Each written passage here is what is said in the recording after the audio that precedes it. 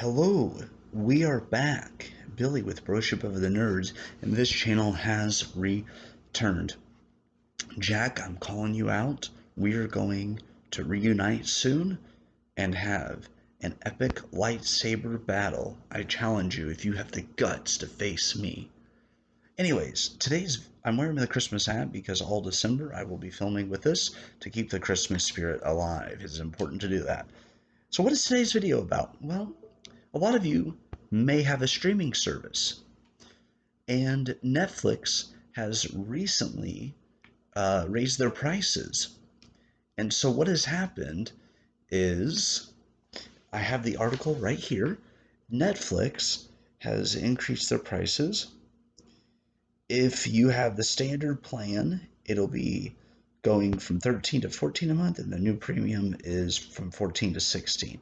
Now, the question is it worth the price increase? So today we're going to delve into it a little bit. So as you may or may not know, the theater industry has taken a huge hit. A lot of major movies such as Wonder Woman 1984, Black Widow, and other movies have been delayed indefinitely due to the COVID-19 pandemic.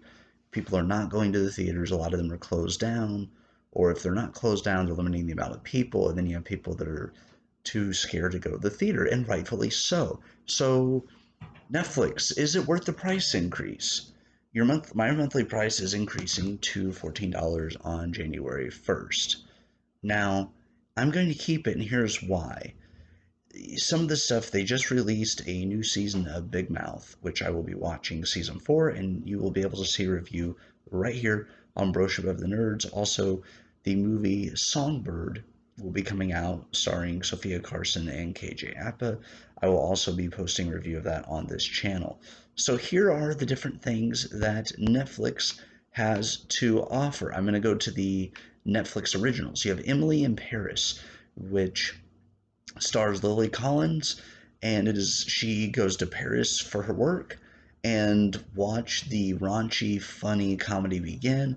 I highly recommend this show if you just want some laughs and also to enjoy strong female characters. It's very good, it's very well made, it's very fun, and I think it adds value to Netflix. Feel the Beat is a great movie with Sophia Carson, and her dreams don't work out quite the way she wants them. She has to take a different path to them, but later learns more about herself.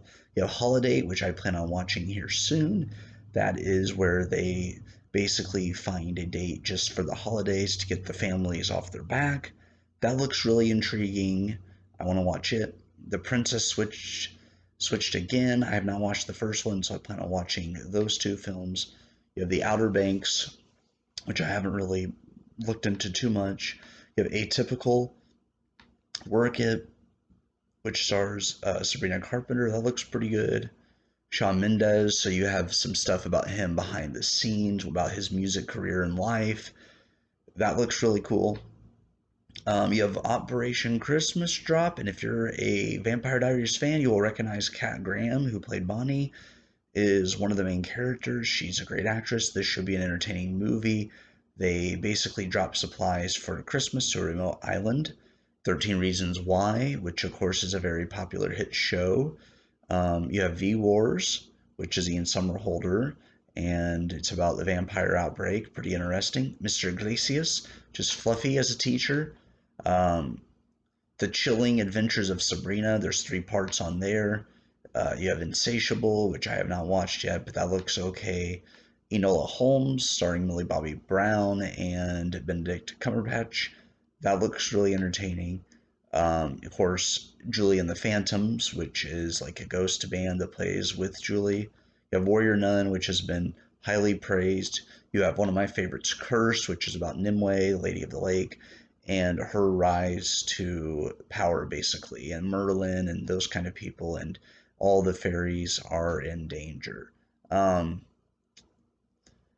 and you have Reality High, Let It Snow, You, which is really popular. Um, the Order was just canceled, but it's a good show if you like magic and werewolves and such. You have different movies like Hubie Halloween with Adam Sandler. All of his stuff's on here because a lot of people are staying home, so he believes that a lot of his fans are staying at home watching films, and he's right. The Christmas Chronicles are very good. I watched bits and pieces of it. I'm gonna have to actually sit down and watch it closely because they were really well made, and that's about keeping the Christmas spirit alive. You have The Kissing Booth, The Devil All the Time, which stars Tom Holland, Six Underground with Ryan Reynolds, and more and more. You know, Stranger Things being one of their biggest hits. Fuller House is on there. Always Be My Maybe. I mean, so if you're asking value wise, what's going on with Netflix? The answer is yes, it is worth the price because you have a lot of actors and actresses going on Netflix because they realize, hey, there aren't as many people going to the theaters. A lot of theaters closed. This is the perfect time to be on movies and Netflix, and they have different categories, of course. And you also have a watch list you can create. And I have some stuff I need to take off there, some stuff I need to add. There's just so many options right now. But as far as streaming goes, I honestly feel like this is your best value. You know, you also have your big shows like that aren't originals, like Riverdale and Vampire Diaries on there. And they've added a lot of stuff after they lost the Disney stuff. They added a lot more Adam Sandler stuff. They added a lot more just good shows. You have The Witcher, of course, which is another amazing show.